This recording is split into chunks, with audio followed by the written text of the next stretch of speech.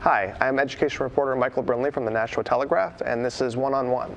And today we're joined by Scott Jaquith, who is a social worker at Fairgrounds Middle School. We're going to be talking about what his job entails, what some of the needs in the city's families are, and what he does to try to help them out. So welcome, Scott. Thank you. Thanks for being here today. So tell me a little bit about your time in the district. You've been here for several years, kind of filling different roles. What have you been doing since you've been working here in Nashua? Sure. This is my 10th year working for the Nashua School District. I've worked at all 3 levels, so I've worked at elementary, middle, and high school. I started out as a guidance counselor working at Elm Street Middle School, and then moved into the position as an ELL teacher, staying at Elm Street. 4 years ago, I was the department head teacher for ELL, English Language Learners, between North and South. And then I spent 2 years as an assistant principal at split between 2 elementary schools. And now I'm a school social worker at Fairgrounds Middle School. Okay, so let's talk about your current job first in terms of, for people out there who may not know, what does a social worker do at the school level? What does your job entail? Yeah, it's really a lot of many facets. I collaborate with the guidance team as well as teachers and administrators to help provide the resources for students so that they can come to school regularly, that they have a strong motivation to do their best in school. So some of the things that I've done a lot of home visits, visiting homes, making sure that they have the resources, helping students get the health insurance that they need so that they're healthy in order to come to school. I've done everything from fundraise to find alarm clocks and thermometers for families so students can wake up on time and again, be healthy. I've done a lot of drug education prevention in the schools, both in small groups, individually, as well as in the classrooms. Okay, and so you're out and about a lot in terms of actually being in the homes, trying to help out the families. Yep. And trying to get, in terms of the educational aspect of that, how does that translate to making sure the students are doing their best in school, the help that you're giving them? Sure. Well, that connection between the home and the school is very important. So working with the families to find out why are students not coming to school, to figure out what do you need. It could be as simple as getting a schedule to the city bus. It could be something more as finding mental health services outside of school so that the student is mentally and emotionally able to attend school and study. Mm-hmm. So.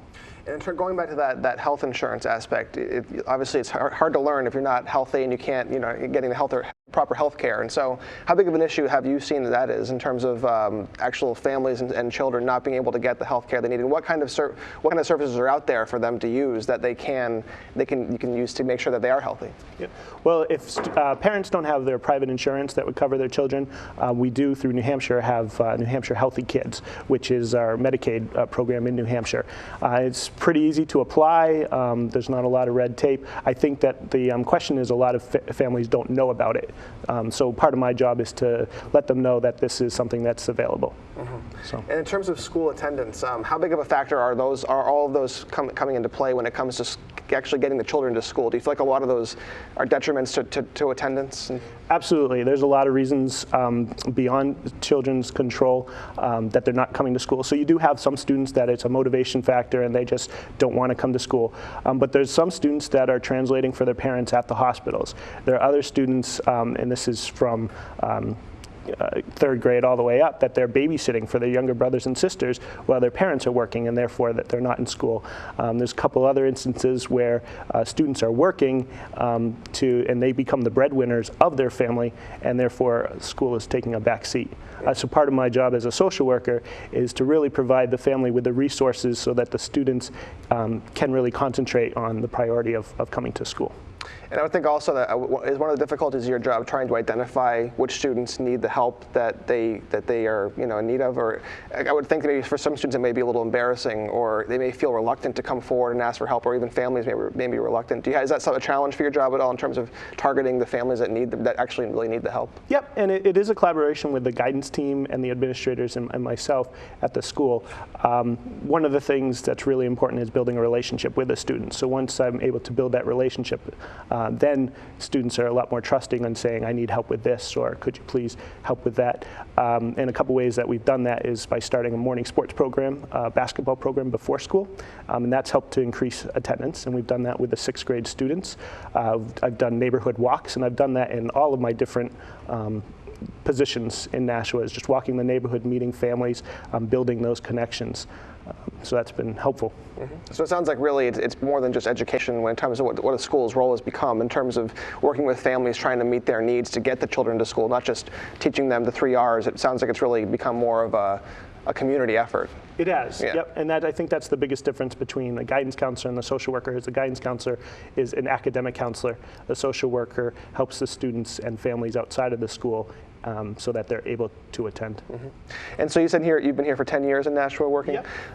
Over that time, I guess, how would you gauge it? Have you seen a more intensive need for a lot of these services? Do you feel like the need gets stronger every year? It's because it seems like the poverty rate is going up each year. It seems like there's more families living in those low-income households. Have you seen the need increase from your perspective? Absolutely, I really have. The economy has definitely taken a toll on a lot of families, and with that, education unfortunately is not always a priority. There are some students that really are the breadwinners of their families, and they're working. I know 2 seniors right now, seniors in high school, where they have to make a choice. They've already been accepted to college, they have scholarships to go to college, but they pretty much know that if they leave their home to go to college, their parents will be homeless and they will have no place to live. So that's a really tough decision that they're making. Another issue is, as you'll hear many times from Superintendent Conrad, that the diversity of Nashua really enriches our community, and I totally agree. But I think our services really need to help recognize that we have so many different languages and so many different cultures. So Nashua has done a really good job with Spanish and Portuguese in providing lots of services. But we have over 36 different languages spoken in Nashua, everything from Kirundi to Nepali to Telugu. And we really have to do a better job at providing services for those families, because what I see what's happening right now is a lot of students are translating for their families at hospitals or in the court systems or at the welfare office. And again, they have to make a choice between supporting their family or supporting their own education. So I guess what's one thing that maybe the city could do, or what's something that we could do to help out, to, like you said, to try to address that need? Is there something that we could do, or the district could do, or maybe even working with the city? Yeah, working with the city, I think there needs to be more bilingual services available, and not just Spanish-English bilingual services, but other languages that we can provide. And that's a lot of work. And it's really tough to provide translators in 36 different languages, but it's something that, if we continue to become more and more diverse, is something that we're really going to have to take a look at. The other thing that I see is mentoring. A lot of young adults these days, and individuals and teenagers and adolescents, they lack positive mentors in their life. And the research shows that having one positive adult in their life really helps academic performance in school. The Big Brothers, Big Sisters program, the Boys and Girls Club, the YMCA, they're all working on that. But right now, if you look at the Big Brothers, Big Sisters program, there's an 80-person waiting list for males ages 12 to 15 waiting for a big brother or big sister. So volunteer mentors is something that the community can really help. So you feel like the community, even just somebody sitting at home watching this, could say, hey, what can I do to help out in terms of maybe volunteering to be a big brother or doing some volunteer work somewhere, could really pitch in and help out that issue? Absolutely, yes. And so going back a little bit in terms of your work in the district over your tenure here, you worked, like you said, all 3 levels. And I guess what are unique challenges for, say, elementary school students when it comes to coming from a home where they're living in poverty or have a lot of needs? Is it unique? Is it different from living in a high school situation? I guess what are some differences there? Well, at the elementary school level, you don't always get the information that you need from the students, and you really have to have that trusting relationship with the parents and the families. And I've done that through the neighborhood walks and by inviting parents in for workshops and stuff. As students get older, you're able to build that relationship with those students and really get the information about what their needs are from the students themselves. And also, like you said, you also work with ELL students, English language learners. And what I would think some of the challenges they face are also similar, coming into a system where they may not know the language and they're trying to adapt and learn English and also learn, arithmetic and writing at the same time. So, what are some challenges that they face that you tried to address in that position previously? Sure. Well, if you look at the research again, it takes a student between 1 and 3 years for a student to learn social language skills, the social English skills. That's your playground talk or your cafeteria talk. But it takes 7 to 10 years for a student to develop the English skills that they need for biology or for algebra or U.S. history. We test students on the kneecap 1 year after they arrive. We really need more intensive ELL training for our students. And right now, I know that our ELL teachers are saturated across the district. Yeah, that ratio is getting pretty high where it's like 50 to 1 or something like that, teachers to ELL students, and so maybe more can be done there. And I was just also curious, you seem to be really focused on trying to help those that really are most in need. I guess just from your perspective, why did you choose those kinds of positions to focus on from your own career? Well, they're all, I think that I'm really intrigued in helping the community, and by helping individuals become stronger or become more independent, I think I'm helping Nashua grow and helping the entire community. And I think it's an important part of education. I think it's more than just reading and math, although that's very, very important, and that's what we're tested on. But in order to get there and to get to those high academic levels, I think it's really important to work at the whole child and a holistic approach. Now, does each school have a social worker, or where does that stand? I mean, you're over at Fairgrounds, and so does Elm Street have a similar position to you, Pennachuck, or is that something that needs to be explored? Or they have similar positions, but I'm the only person with the title social worker in Nashua. So I have my master's in social work, and I'm certified through the state of New Hampshire. What Elm Street and Pennachuck have is they have at-risk counselors, and they work with the guidance counselor. They do a lot of similar responsibilities as me. They will go on home visits, and they will provide intensive support for students. And then at the high school, they have the at-risk counselors. So we all have a similar role. I think the social worker education or degree focuses more on the family and working on community resources, where the at-risk counselors are focusing a lot on the individual.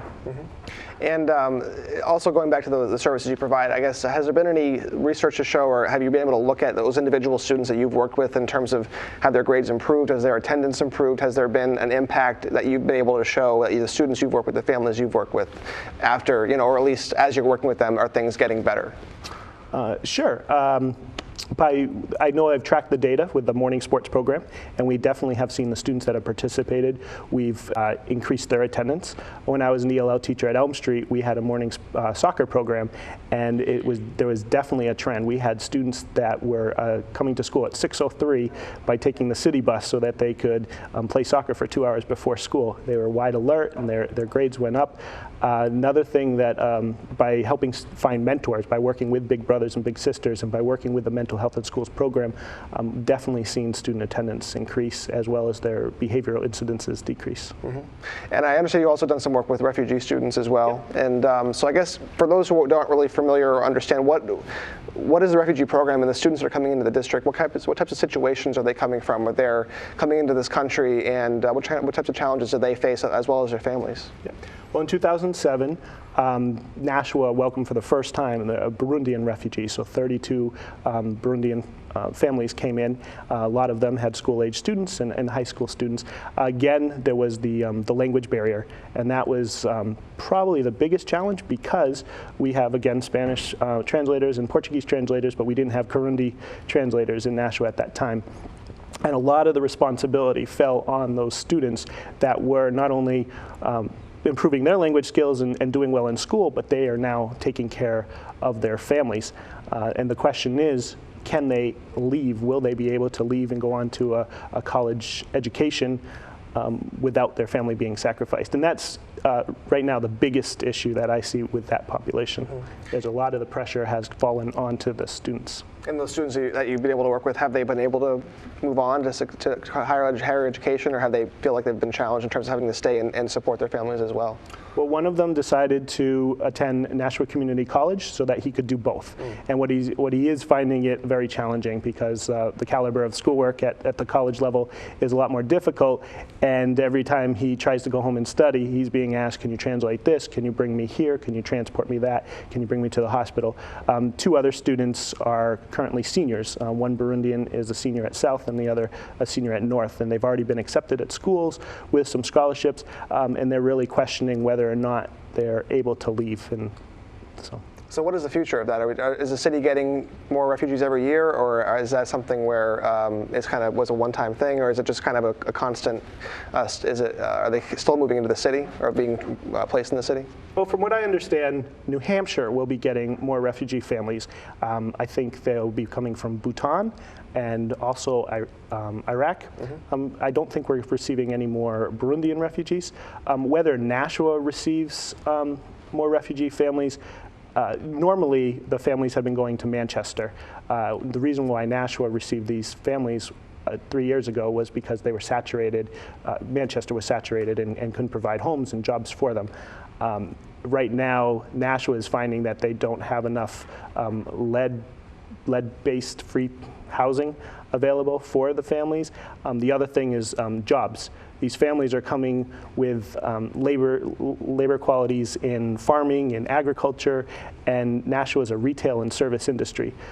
So when they come here, even though there might be some jobs available, they don't qualify or they're unable to work to get work, exactly. And also just kind of finally wrapping it up, going back to that academic piece for a lot of the students that you work with, like as a social worker and in other positions, you mentioned the testing, and you only get a year until a lot of those students who have language issues are being tested. And so I guess, do you feel like more needs to be done to span that out, or more of a wait? You know what I mean? Or in terms of, should there be more of a gap between when they arrive and learn the language between when they're tested? I guess is the question. I think a lot of teachers do agree with that we should not test them right away, that we should allow for their language skills to further develop. One of the other tools that we have in New Hampshire is the access test, the ELL access test. So in addition to NECAP, we have other data that can show our progress. But I know that, again, you'll hear Mr. Conrad say using NECAP results alone does not really measure the success of our students. And so I guess moving forward in terms of your position across the district, do you feel like each school could benefit from having a social worker in terms of in the neighborhood working with families and such? I absolutely do believe that social workers are well needed. And if we couldn't afford to put 17 different social workers in schools, we could even set them up by regions, because even though I'm working with Fairgrounds Middle School students, I'm working with families that span Ledge Street, Fairgrounds Elementary, as well as South. So. Yep. Well, I appreciate your time today, Scott, and I really appreciate you coming in, and thanks for watching One on One. Thank you.